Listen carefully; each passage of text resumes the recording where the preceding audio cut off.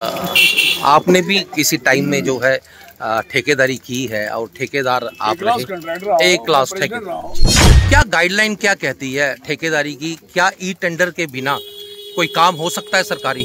कभी नहीं हो सकता। और यहाँ पे एक कठुआ में इंडोर स्टेडियम बनाया जा रहा है, उस पर आपका क्या कहना है? क्वेश्चन ये है, यहाँ ये हाल हो गया और डोगरी जाते अन्नी पिए ते कुत्ती चटे, जिसे भी इसलिए अन्नी पिए दिया ते कुत्तियाँ चटा दी।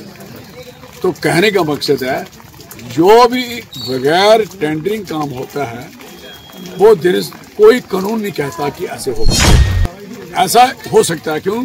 ऐसी सरकार है, ये वो कर रही है इन्होंने बगैर कोई असेंबली, बगैर कोई बने हुए लेजिस्लेटर, इन्होंने ये कर दिया कि आप सोचेंगे कि किसी की पूछे बगैर, कानून के बगैर इन्होंने स्टेट ब्रेक कर दी और स्टेट को डिग्रेड कर दिया, यूटी बना दिया।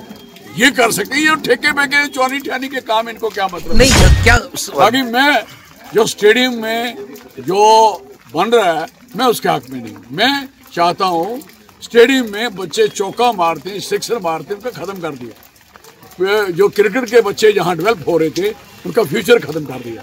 वैसे भी जो क्रिकेट की एसोसिएशन बनी हुई है, वैसे भी कठुआ का कोई बच्चा रखते नहीं, उन्होंने वो भी सिफारशी टट्टू रखे तो उन्हें चलते हैं। यहाँ कोई हमारे बच्चों के लिए कोई स्थान है नहीं। ये बनना था सोलियर बोर्ड, सारी जमीन धान लगते, फ्यूल जगह पड़ी हुई है, वहाँ आप इंडोर बनाते, वहाँ आप और भी कुछ बना लेते। स्टेडियम को स्टेडियम रहने दो, कहीं जहाँ कहीं वो होनी है 26 जनवरी, कहीं 15 अगस्त, ये एक ही तो स्टेडियम है।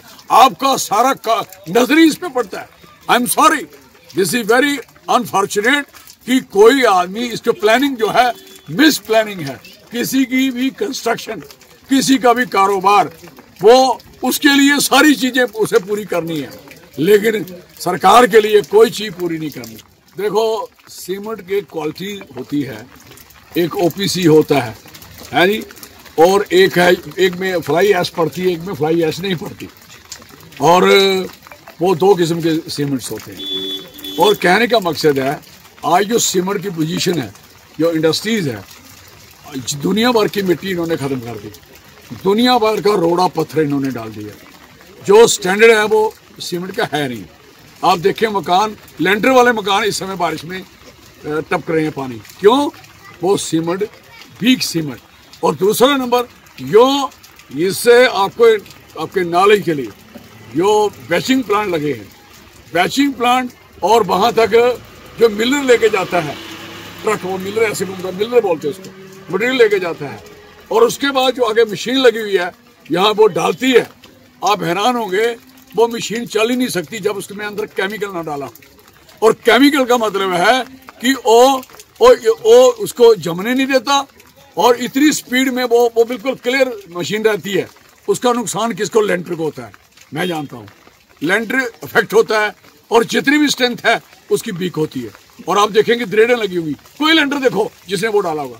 अब इसमें पार प्लास्टर क्यों करते हैं बाद में? ये ड्रामेबाजी क्या है? साहब, हमने ये भी सुना है कि प्रशासन के पास भाजपा के एमएलए गए थे वहाँ पे कि इंडोर स्टेडियम जो है स्टेडियम में नहीं बनना चाहिए, तो प्रशासन ने उनकी एक भी बात जो है वो नहीं मानी और उन्होंने उनको रिजाइन करना चाहिए, जायजेशन करनी चाहिए।